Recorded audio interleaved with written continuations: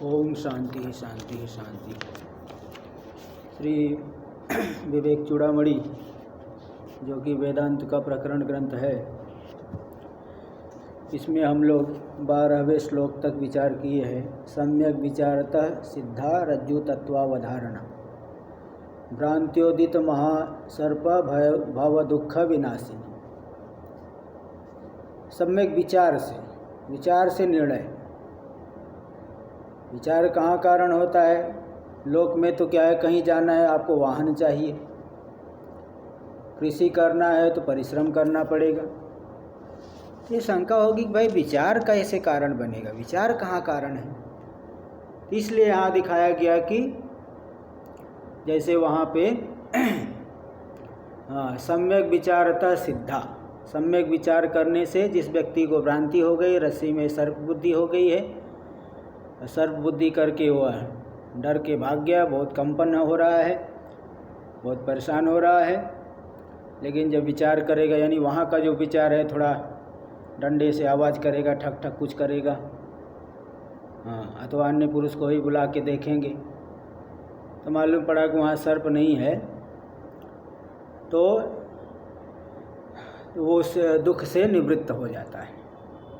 ऐसे ही यहाँ पे संसार रूपी दुख है, अज्ञान से अनादिकाल से पीड़ित हो रहा है। यहाँ पे विचार करेगा तो अपनी सच्चिदानंद रूपता का अनुभव कर लेगा कि जितने भी दुख है सब उसको स्वप्न के समान मालूम पड़ेंगे, मिथ्या मालूम पड़ेंगे। जैसे स्वप्न का सभी अनुभव तो हुआ लेकिन बिल्कुल मिथ्या है, ऐसे ही अनुभव होगा। लेकिन विचार जो करना है सही रीति से करना है, किसी ज्ञानी उत्कृष्ट पुरुष से वाक्य सुन करके विचार करना है। देखो यही बता रहे टीका में, आप तो अनुसारेण 12 पूरा हो गया, 13वें की टीका में पेज नंबर 10 श्लोक नंबर 13 उसका टीका जो आरंभ हो रहा है। आप्तोक्त्यानुसारेण क्रियमाण विचार सेव अर्थ निश्चय हेतुत्वम। आप्त पुरुष, आप्त का अर्थ है यथार्थ वक्ता, जो सही सत्य बोलने वाला। तो आप्त पुरुष की उक्ति यानी वचन के अनुसार आप्त ने जैसा कहा वैसा अगर हम विचार करेंगे तो अर्थ का निश्चय हो जाएगा। आप्तोक्त्यानुसारेण क्रियमाण विचार सेव अर्थ निश्चय हेतुत्वम। आप्त पुरुष के कथन के अनुसार जो किए जाने वाला विचार है वही अर्थ निश्चय का हेतु है। नान्यस्य कर्मण, अन्य कोई कर्म अर्थ निश्चय का हेतु नहीं है। इसी बात को दिखा रहे अगले श्लोक में।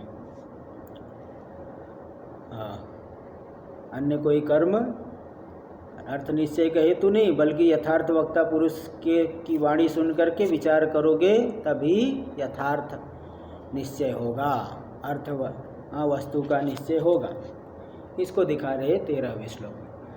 अर्थस्य निश्चयो दृष्टो विचारेण हितोक्तितः न स्नानेन न दानेन प्राणायाम शतेन च। अर्थस्य निश्चयो दृष्टो, वस्तु का निश्चय, ठीक ठीक कौन सी वस्तु है उसका निश्चय देखा गया है, अनुभव में आया है।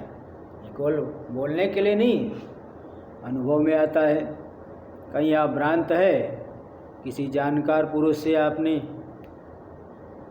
राय लिया, परामर्श किया, आपकी भ्रांति दूर हो जाती है। लोक में भी गलत रास्ते पे चल रहे हैं, परेशान हो रहे हैं, किसी ज्ञाता पुरुष से, जानने वाले पुरुष से पूछा, अरे उसने कहा भाई आप गलत रास्ते पे आ गए,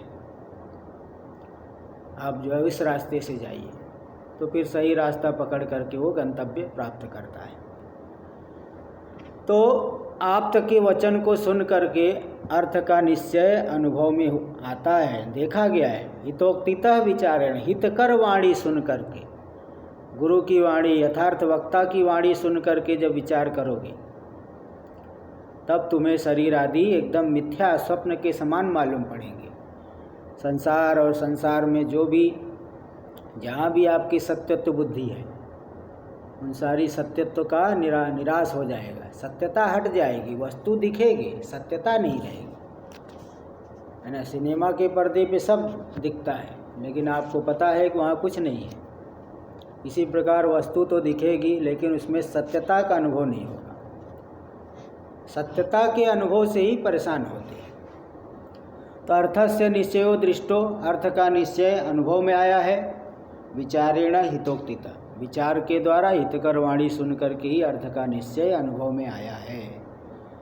न स्नानेन न दानेन, स्नान के द्वारा गंगा स्नान कर लो तो वस्तु का निश्चय हो जाए, और दान कर दो तो गंगा स्नान करने से भी वस्तु का निश्चय नहीं होगा। दान के द्वारा गो दान करो, हिरण्य दान, सोना चांदी दान करो, पैसा दान करो, भूमि दान करो। दान से भी पुण्य तो होगा, गंगा स्नान से पुण्य होगा, स्वर्ग आदि लोकों की प्राप्ति होगी, लेकिन उससे जो है वस्तु तत्व का निर्णय नहीं होता है। जानने के लिए तो आपको आँख चाहिए। अब जिसको कोई अंधा है, आँख ही नहीं है, अब कितना भी दान करे, कितना भी गंगा स्नान करे, उसको रूप नहीं दिखने वाला है। रूप देखना है तो आँख चाहिए, प्रमाण चाहिए। प्रमाण के बिना प्रमेय वस्तु का ज्ञान, किसी भी वस्तु का ज्ञान नहीं होता बिना प्रमाण के। रूप देखना है तो आँख चाहिए, शब्द सुनना है तो कान चाहिए, कर्णेंद्रिय चाहिए। प्रमाण के बिना वस्तु का निर्णय नहीं होता है, इसलिए प्रमाण तो अत्यंत आवश्यक होता है। तो स्नान करो, दान करो तो भी अंधे को रूप नहीं दिखेगा। प्राणायाम सतेन च, सतेन वा कहीं कहीं च पाठ आया है। तो सैकड़ों प्राणायाम करो, अष्टांग योग साधनों का अनुष्ठान करो, बारंबार अनुष्ठान करो, लेकिन उससे भी जो है वस्तु तत्व का निर्णय नहीं होगा। अष्टांग योग साधन से चित्त में एकाग्रता आ जाएगी, चित्त हमारा एकदम एकाग्र हो जाएगा। यहाँ तक तो है, लेकिन वस्तु तत्व का निर्णय तो श्रुति वाक्यों का श्रवण मनन निधिध्यासन से, विचार का मतलब यही, श्रवण मनन निधिध्यासन। उदाहरण के द्वारा समझ लीजिए, जैसे किसी पुरुष को भ्रांति हो गई कि मेरे कमरे में भूत है। अब भ्रांति से जो है बेचारा बाहर बैठा हुआ है, डर गया है। किसी ने पूछा, भाई क्यों यहाँ बैठे हो, रात हो गई है, कमरे के अंदर चले जाओ। बोले नहीं महाराज, उसमें भूत है। अब उसने कह दिया, ऐसा करो, आधे घंटे माला जाप करो, भूत भाग जाएगा। आधे घंटे जाप करे चाहे 1 घंटे जाप करे, भूत नहीं भागने वाला है। गंगा जी जाके स्नान करके आ जाए तो भी उसके जो मन का भूत है ना, वो नहीं निकलने वाला है। चाहे माला लेके बैठे, चाहे गंगा स्नान करे, चाहे दान करे, प्राणायाम करे, व्यायाम करे, दंड बैठक लगाए, इन सब साधनों से मन का भूत नहीं भागेगा। अब कोई व्यक्ति आके बता दे कि नहीं यहाँ बिल्कुल भूत नहीं, चलो मैं देखता हूँ कहाँ भूत है, मुझे मंत्र मालूम है, तो जो है उसके कहनी पर उसे विश्वास होगा। फिर जाके देखेगा कोई चीज़ खटपट कुछ हो गई होगी, उसी से भ्रांत हो गया था, बाद में मालूम पड़ जाएगा। ऐसी घटना घट चुकी है। वृंदावन में भी एक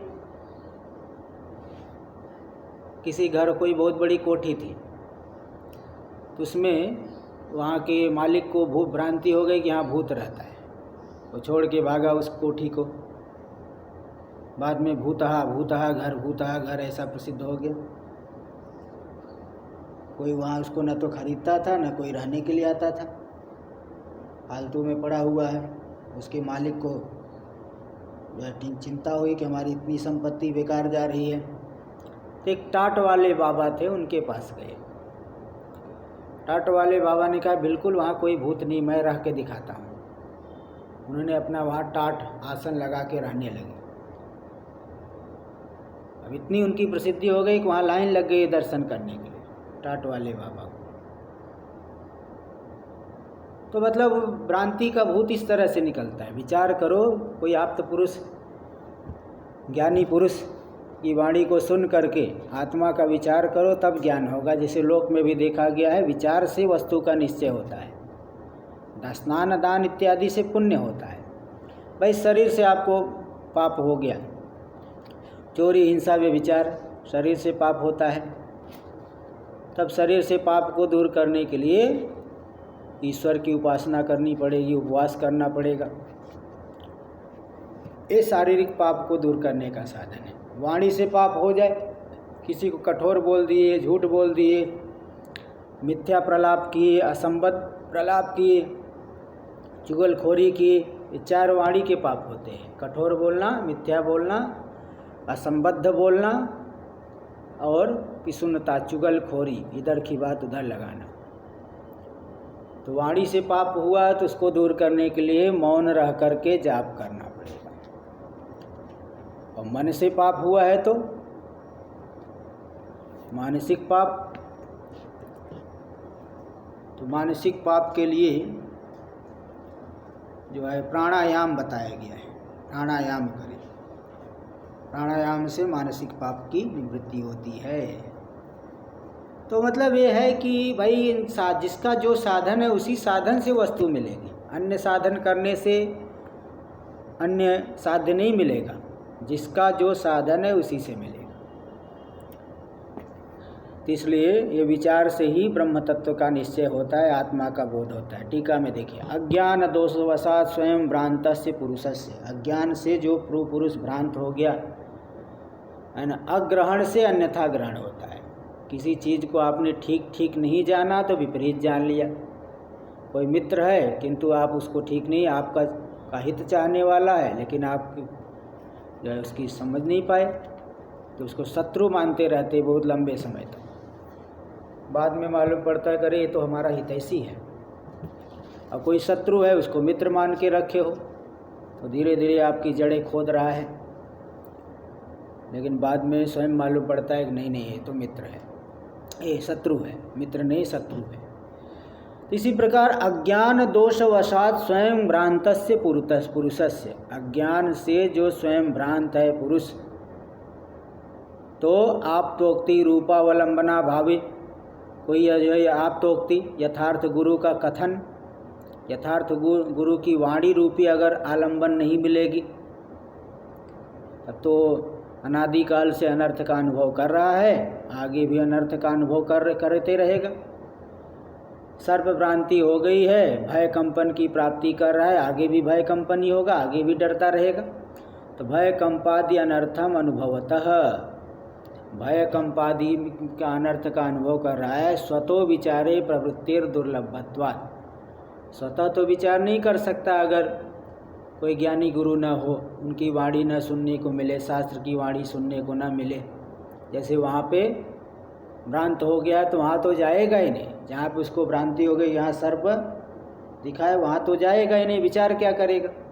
इसलिए विचारे हितोक्तिर हेतुकृता, हितकर वाणी, गुरु की वाणी, शास्त्र की वाणी, यहाँ पे विचार में हेतु है। जैसे वहाँ पे कोई व्यक्ति जा कर के देख के आए तो बताएगा कि नहीं वहाँ नहीं है। ऐसे यहाँ परमार्थ में ही पारमार्थिक सत्ता की प्राप्ति करने के लिए गुरु की वाणी यही विचार में हेतु है। उनकी वाणी सुन करके ये विचार होता है। विचारम अविधाय स्नानम व दानम व प्राणायाम शतं व कर्म कुर्यात्। विचार को छोड़ करके मुख्य रास्ते को छोड़ दिया और गलत रास्ते चाहे सैकड़ों रास्ते पकड़ो लेकिन नहीं पहुंच पाओगे। तो स्नान करो, दान करो, प्राणायाम शतं व कर्म कुर्यात्, सैकड़ों प्राणायाम रूपी कर्म भी करे तो ब्रह्म निवर्तक अपरोक्ष प्रमाया अभावे, तब तो भ्रांति को दूर करने वाला अपरोक्ष ज्ञान उसे होगा ही नहीं। अगर उसने विचार को नहीं छोड़ करके, विचार को नहीं करके स्नान किया, दान किया, सैकड़ों प्राणायाम किया, इन सब कर्मों को किया तो भी भ्रांति को दूर करने वाली यथार्थ बुद्धि नहीं होगी। अनर्थ प्रयोजक भ्रमानिवृत्ते, तब तो अनर्थ का प्रयोजक, नाना प्रकार के दुख देने वाला जो ब्रह्म है उसकी निवृत्ति नहीं होगी। तो फिर बताओ कैसे शांत होगा वो पुरुष। कथम निवृत्ता अनर्थो भवेत्, तब तो निवृत्त अनर्थ वाला, अनर्थ के अभाव वाला, दुख के अभाव वाला कैसे होगा। इसीलिए तो देखो अनादिकाल से संसार में ही घूम रहे, बाल्यावस्था से वृद्धावस्था तक पहुंच गए। केवल आयु बढ़ने से ही अगर ज्ञान हो जाता तो सभी बूढ़ों को ज्ञान हो जाना चाहिए, लेकिन बेचारे वृद्धावस्था में और ज़्यादा चिंता मग्न रहते हैं। वृद्धस्तावस चिंता मग्न, बूढ़ा तो और भी चिंता मग्न है। परिवार बढ़ गया है, हर एक का जो है ऐसा लगता है ठेका ले रखे है, सभी का चिंतन वही करते हैं, परेशान होते हैं। तो जब या गुरु की यथार्थवाणी सुनने को नहीं मिलेगी, शास्त्रवाणी नहीं सुनेगा, विचार में प्रवृत्ति नहीं होगी, तो शांति नहीं मिल सकती। इसलिए विचार हितकर वाणी सुन करके विचार करना पड़ता है। विचारस्य अर्थ याथात्म निश्चयानुकूलो मानसो व्यापार। विचार कहते किसे है? अर्थ के याथात्म का जो निश्चय है, यही वस्तु है, ऐसा निश्चय, उसके अनुकूल जो मानसिक व्यापार, मन के द्वारा जो चिंतन है, कौन सी वस्तु है, क्या मानूं तो ठीक रहेगा। तो अर्थ के यथात्म निश्चय, यथार्थ ज्ञान के अनुकूल जो मानसिक व्यापार, मन के द्वारा चिंतन, इसे ही विचार शब्द से मनीषी लोग कहते हैं, बुद्धिमान लोग कहते इति भाव इति। तथाच हितोक्ति सहकृत विचार से, वह हितोक्त की हितकर वाणी सुन करके, गुरु की वाणी, शास्त्र की वाणी, उसको सुन करके जो विचार करेगा, हितोक्ति के सहकृत, उसके साथ में जो विचार करेगा, सही वाणी सुन करके जो विचार करेगा, वही अर्थ प्रमा हेतुत्वम। अर्थ प्रमा के यथार्थ वस्तु क्या है, इसके यथार्थ ज्ञान के लिए हेतु बनती है। ये तो भ्रमस्थले प्रत्यक्ष सिद्धम, भ्रांति स्थल में प्रत्यक्ष सिद्ध है। किसी चीज़ को आप गलत मानते थे, बाद में पता चला किसी ने बता दिया, आपके किसी हितैषी ने बताया, नहीं ये तो बहुत फायदेमंद वस्तु है, बहुत फायदेमंद दवाई है ना। तो आपका जो है यथार्थ निश्चय हुआ, तो भ्रांति स्थल पे मालूम पड़ा। हितोक्ति सुनकर, हितकर वाणी सुनकर के विचार करने से अर्थ का निश्चय होता है।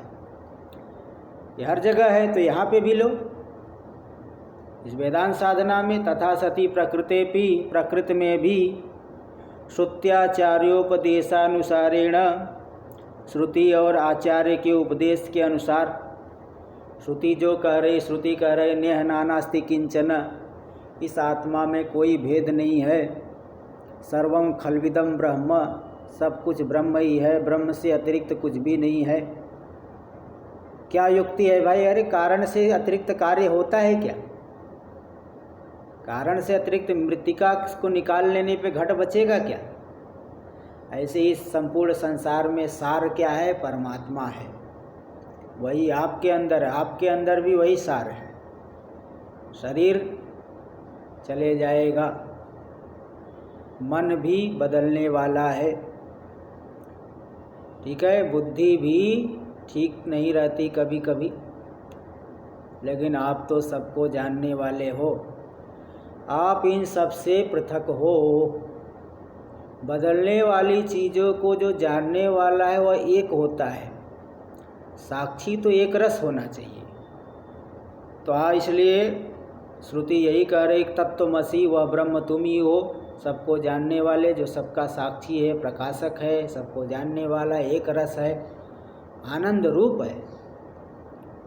अच्छा आनंद रूप है तो फिर दुख क्यों अनुभव होता है? दुख अनुभव इसलिए होता है कि आप उपाधि के साथ जुड़ जाते हो। किसी व्यक्ति से आपने मित्रता गांठ ली, घनिष्ठ मित्रता, घनिष्ठ मित्र हो गए, अब उसके ऊपर अगर कोई कष्ट आएगा तो आप भी दुखी होगे, ठीक है। उसके ऊपर अगर वो सुख में है आप भी प्रसन्न रहोगे। पहले आप अकेले थे, अपने में मगन थे, पत्नी आ गई, विवाह कर लिए, पत्नी के कष्ट होता है तो आपको भी कष्ट होता है। बाल बच्चे पैदा हो गए, वो दुखी रहेंगे तो आप भी दुखी होते हैं। नाती पोते हो गए, वहाँ पे दुख दे गए तो भी आप दुखी होगे। ते जितने भी दुख है किसी न किसी उपाधि को लेकर के आते हैं। ठीक है, इसलिए उपाधि के साथ संबंध को हटा दो तो आप तो आनंद रूप हो।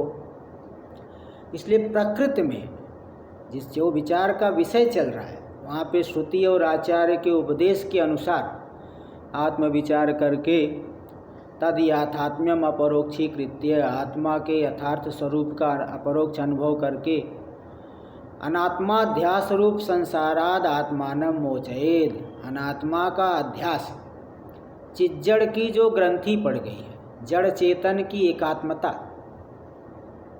शरीर चेतन, शरीर जड़ है लेकिन चेतन मालूम पड़ रहा है। चेतन सच्चिदानंद है, जन्म मरण वाला नहीं है, लेकिन शरीर के साथ तादात्म्य करके लगता है मैं मरने वाला हूँ। अनात्मा का जो अध्यास, आत्मा से भिन्न जो जड़ शरीर आदि है, उसका जो अध्यास रूपी संसार है, उस संसार की निवृत्ति कैसे करे? आत्मा के यथार्थ स्वरूप को जान करके। जैसे सर्वभ्रांति की निवृत्ति कैसे होती है? अधिष्ठान के ज्ञान से। वहाँ रज्जु को जान लेगा तो भ्रांति हट जाएगी। इस तरह से आत्मा के यथार्थ स्वरूप को जान करके जितना भी अध्यास है उनको हटा करके संसार से अपने आप को मुक्त कर ले। संसाराद, अनात्माध्यास रूप संसाराद आत्मानं मोचयेद, अपने आप को मुक्त कर ले। इति उपदेशः, यह उपदेश जिज्ञासु के लिए दिया जा रहा है। अच्छा, ये बताइए कि यहाँ जो ज्ञान कांड का अधिकारी, कुछ सहकारी साधन भी चाहिए कि नहीं अधिकारी के लिए? कई बार होता है कि हमको वेदांत साधना करना है, घर में रह के नहीं कर पाएंगे, आश्रम में ही जाना पड़ेगा क्या? अथवा वृद्धावस्था में ही करना है क्या? तो देश काल आदि भी होने चाहिए। यहाँ बता रहे नहीं, देश काल आदि मुख्य साधन नहीं है। अगले श्लोक में देखिए बता रहे हैं, अधिकारिणमासास्ते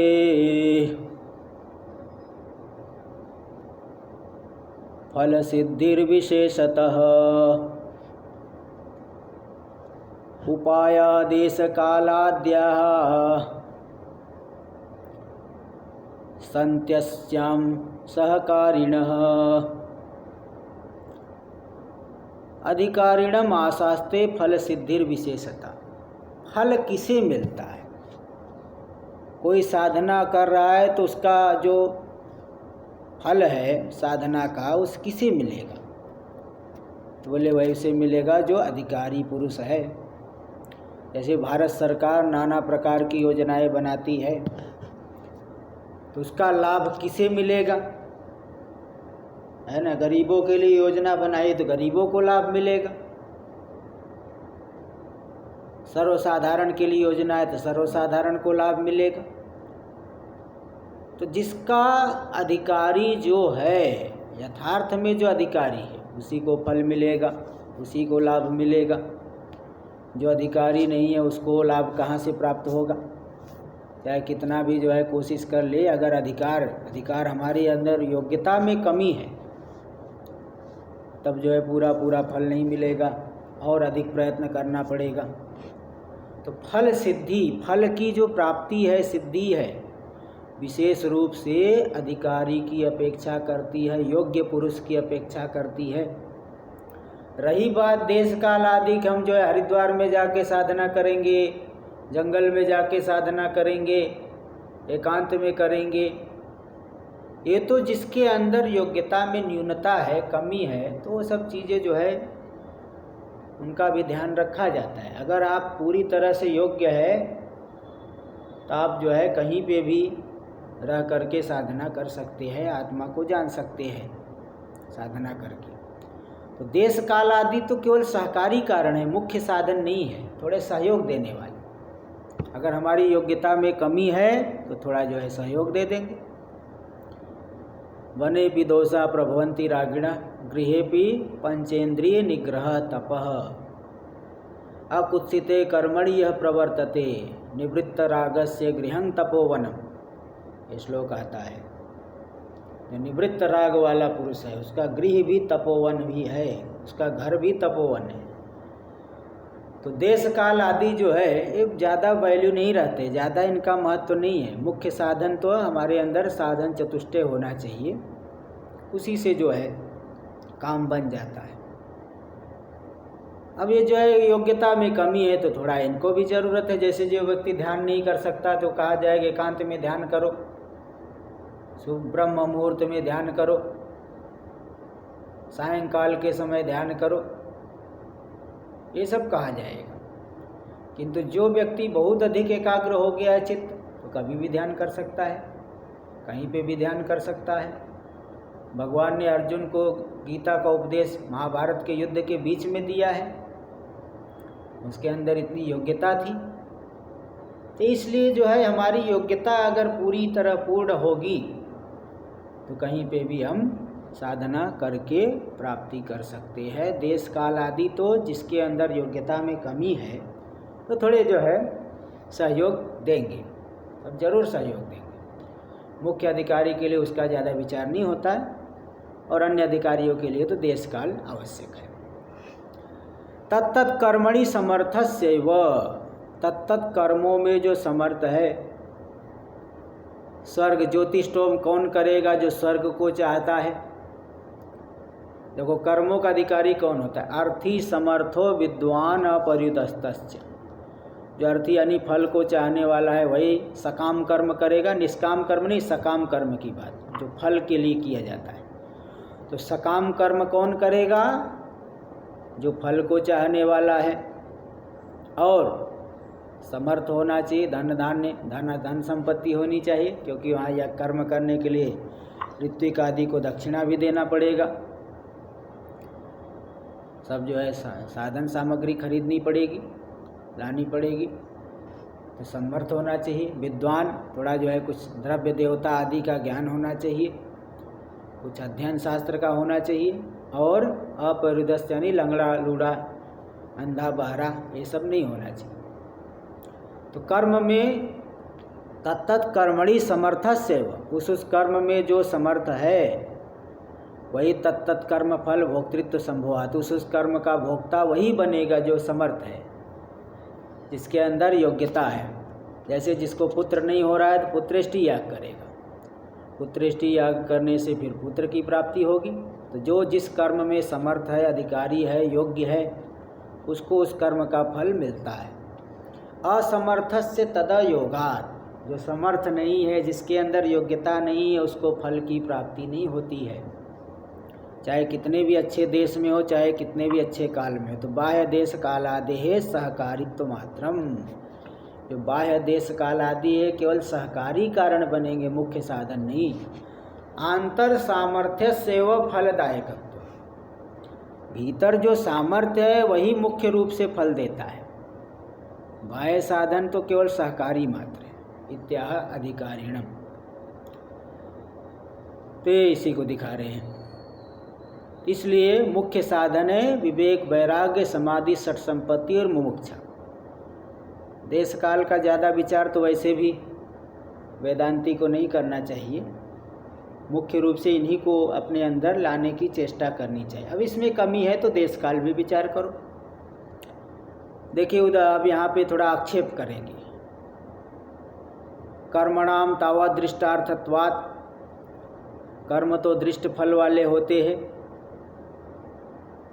है ना। तो वहाँ पे तो देखा गया देश काल आदि। यदा आहवनीय जो होती, आहवनी कुंड में होम करता है। देखिए कुंड अलग अलग होते हैं होम करने के लिए, आहवनी, गार्हपत्य, दक्षिणाग्नि कुंड, सभ्य और आवसत, 5 प्रकार की अग्नि पहले होती थी। 3 वैदिक अग्नि होती थी और 3 जो है लौकिक अग्नि, 2 लौकिक अग्नि। वैदिक अग्नि होती थी आहवनी अग्नि, गार्हपत्य अग्नि, दक्षिणाग्नि। तो गार्हपत्य अग्नि में हमेशा जो है अग्नि रहती थी। गृहपति जो गृहस्थ है वो गार्हपत्य अग्नि हमेशा रहनी चाहिए उस कुंड में, और होम करना है तो आहवनी कुंड में होम करेगा, और हवि को पकाना है तो दक्षिणाग्नि कुंड एक होता है दक्षिण दिशा में, और भोजन आदि बनाना है तो सभ्य और आवसत नाम की 2 अलग अलग वाहिनियाँ होती थी, सभ्याग्नि और आवसत अग्नि।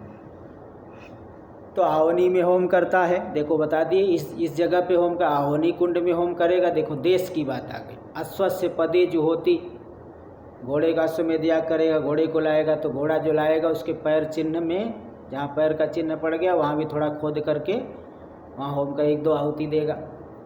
प्राचीन प्रवणे वैसदेवेन यजेता, जिस देश में जिस जगह पे जमीन पूर्व की तरफ ढालू है, झुकी हुई है, ढलान है पूर्व की तरफ, पूर्व दिशा में, ऐसे जगह पे वैष्णोदेव याग के द्वारा वैष्णोदेव याग करे।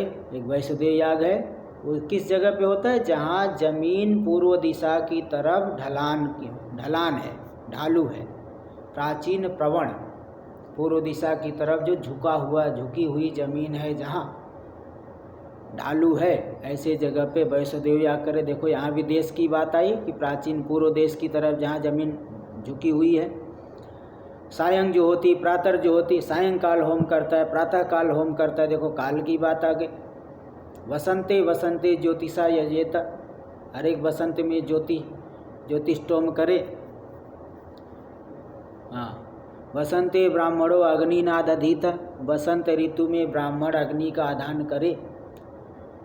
इत्यादि शास्त्रानुसारेण देश कालयोरपि असाधारण कारणत्वम अंगीकर्तव्यम। इत्यादि श्रुति वाक्यों का, शास्त्र वाक्यों के विचार करने पे यही मालूम पड़ता है कि देश काल आदि भी असाधारण कारण बनते हैं, मुख्य कारण बनते हैं। तो जैसे कर्मों में ऐसे ज्ञान में भी मान लो, ज्ञान कांड में कर्म देश काल क्या क्यों लोगे, क्या प्रमाण है? तो देखो इसमें प्रमाण दे रहा है। यद्यपि ज्ञानस्य, यदि पूर्व पक्षी देगा, फिर भी सिद्धांती निराकरण करके बताएंगे नहीं, देश काल की जरूरत नहीं है। यहाँ पे उचित देश काल नहीं बल्कि योग्यता की जरूरत है। कठोपनिषद में मंत्र, यदा यथा दर्शे तथात्मनि, यथा स्वप्ने तथा पितृलोके, यथाप्सु परिव ददृशे, तथा गंधर्वलोके, छाया तपयोरिव ब्रह्मलोके। यथा दर्शे, आदर्श यानी आईना, आईने में जैसे हमारा प्रतिबिंब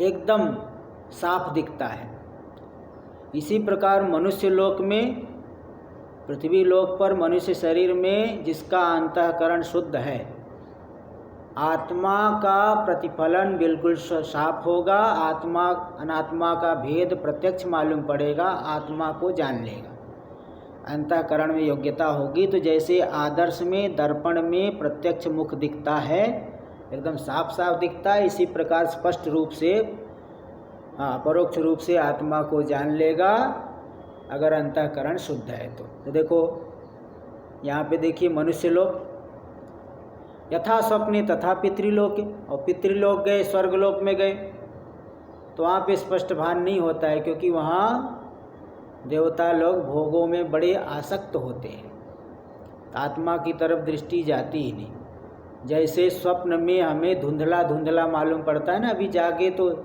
स्वप्न की वस्तु को देख याद करोगे तो एकदम धुंधला धुंधला मालूम पड़ता है, ठीक नहीं मालूम पड़ता। ऐसे स्वर्गलोक में भी आत्मा और अनात्मा का भेद ठीक नहीं मालूम पड़ता, क्योंकि देवता भोगों में अत्यंत आसक्त रहते। यथा अपसु परिव ददृशे, तथा गंधर्वलोके, जैसे जल में भी परछाई प्रतिबिंब साफ नहीं दिखता, ऐसे गंधर्वलोक में भी साफ नहीं दिखता, आत्मा का स्पष्ट रूप से भान नहीं हो सकता। छाया तपयोरिव ब्रह्मलोके, किंतु ब्रह्मलोक में धूप और छांव के समान आत्मा और अनात्मा का स्पष्ट भेद मालूम पड़ता है, यानी वहाँ भी आत्मा को प्रत्यक्ष जान सकता है, अपरोक्ष रूप से अनुभव कर सकता है।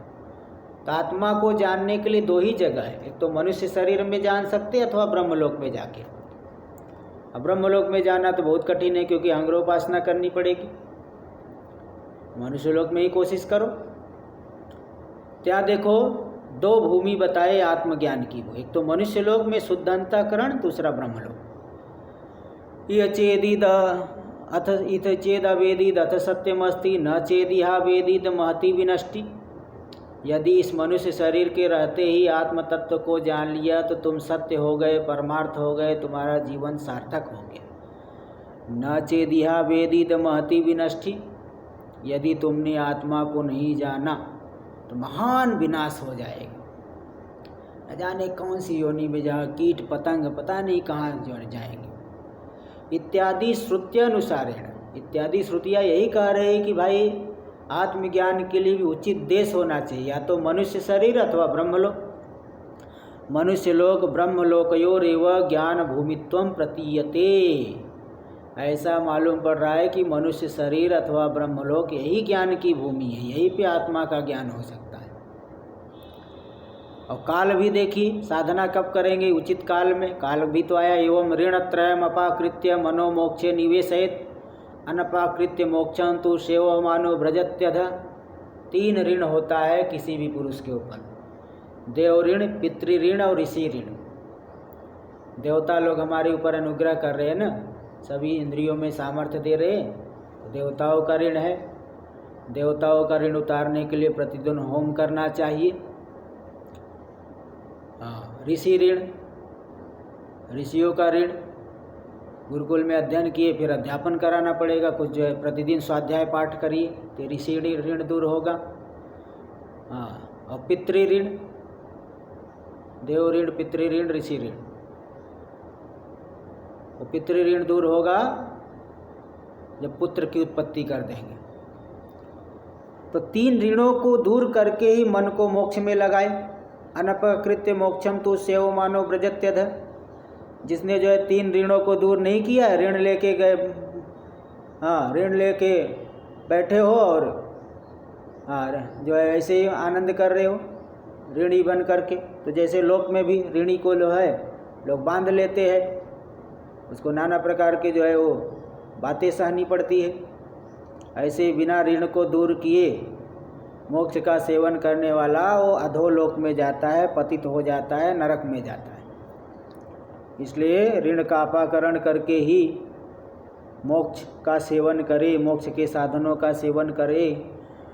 ब्रह्मचर्य समाप्य गृही भवेत, गृहाद वनी भूत्वा प्रव्रजेत। ब्रह्मचर्य आश्रम की समाप्ति करके 25 वर्ष तक गुरुकुल, 25 वर्ष की आयु तक गुरुकुल में रह करके अध्ययन आदि करके गृहस्थ बने, और गृहाद वनी भूत्वा प्रव्रजेत, गृहस्थ आश्रम धारण करके पुत्र आदि को उत्पन्न करके आहुति, हाँ अग्निहोत्र आदि करके देवताओं को प्रसन्न करके फिर वानप्रस्थ आश्रम 50 साल की आयु मिले।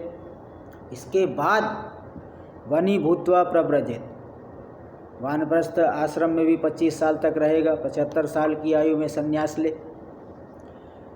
इस तरह से देखो काल की भी बात आई, देश और काल। यहाँ भी तो ज्ञान कांड में भी अरे इत्यादि प्रमाणानुसारेण, इत्यादि प्रमाणों के अनुसार ब्रह्म ज्ञानांतरंग भूत संन्यासस्यापि कालो विधीयते। ब्रह्म ज्ञान का जो अंतरंग है संन्यास, संन्यास के लिए भी उचित काल का विधान किया गया है। तो देश काल की आवश्यकता मुख्य कारण ज्ञान में भी है, पूर्व पक्षी ये कहना चाहता है। फिर भी यहाँ दिखा रहे कि नहीं, ऐसी बात नहीं, देश काल की आवश्यकता नहीं है। अथापि फिर भी देखो शुद्ध चित्त अशुद्ध चित्तो राक्षस राजो, आप कह रहे थे ब्रह्मलोक में ज्ञान होता है, लेकिन देखो प्रजापति के पास इंद्र और विरोचन दोनों गए थे। विरोचन को तो ज्ञान नहीं हुआ। क्यों ज्ञान नहीं हुआ? क्योंकि उसका अंतःकरण शुद्ध नहीं था। तो देश काल की ज़्यादा आवश्यकता नहीं, बल्कि हमारे अंदर योग्यता होनी चाहिए। अशुद्ध चित्तो राक्षस राजो विरोचन, अशुद्ध अंतःकरण वाले राक्षसों के राजा जो विरोचन है। ब्रह्मलोकम गतोपि, ब्रह्मलोक जाने पर भी परम गुरुणा परमेष्ठिना उपदिष्टोपि, परम गुरु परमेष्ठी ब्रह्मा जी, दादाजी पितामह ब्रह्मा जी के द्वारा उपदिष्टोपि, उपदेश किए जाने पर भी नैवाग्रहीत आत्मानम, आत्मा को नहीं जान पाए। तो कहने का तात्पर्य है कि देश काल की उतनी आवश्यकता नहीं जितना आप बता रहे हो। सहकारी कारण तो है, लेकिन मुख्य रूप से सहायक नहीं। मुख्य रूप से तो विवेक वैराग्य आदि ही होना चाहिए। तो इस तरह से यहाँ पे बताए, आगे का विचार अगले पाठ में होगा। ओम पूर्णमदः पूर्णमिदं पूर्णात् पूर्णमुदच्यते पूर्णस्य पूर्णमादाय पूर्णमेवावशिष्यते। ओम शांति शांति शांति। शंकरं शंकराचार्यं केशवं बादरायणं सूत्रभाष्यकृतौ वन्दे भगवन्तौ पुनः पुनः। ईश्वरो गुरुरात्मेति मूर्तिभेदविभागिने व्योमवद्व्याप्तदेहाय दक्षिणामूर्तये नमः। ओम शांति शांति शांति।